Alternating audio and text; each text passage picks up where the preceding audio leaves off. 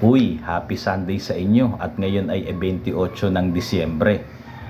Ang nangyayari ngayon ay pipirmahan ngayon ang BICAM report. Pero may problema eh.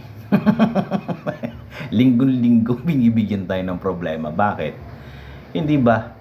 Ngayon din lang yata natapos yung pagpiprint nung bulto-bultong pahina ng BICAM report.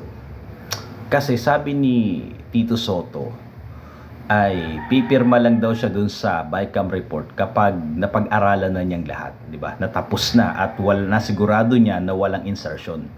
Paano mo masisigurado na walang insertion at mapag-aaralan yun? Sabi nga ngayong araw lang natanggap yung mga kopya nun. Ang dami nun. Tapos bukas, araw ng Lunes 29, iraratify naman. Paano boboto? Halimbawa na kunwari yung mga senador at paano nila iraratify yun kung hindi naman nila nababasa? Ano to?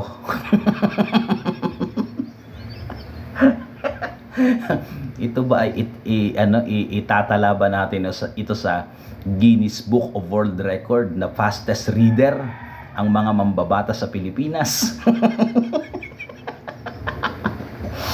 Pinagluloko nyo kami linggo-linggo di ba? Sige na, kayo nang bahala.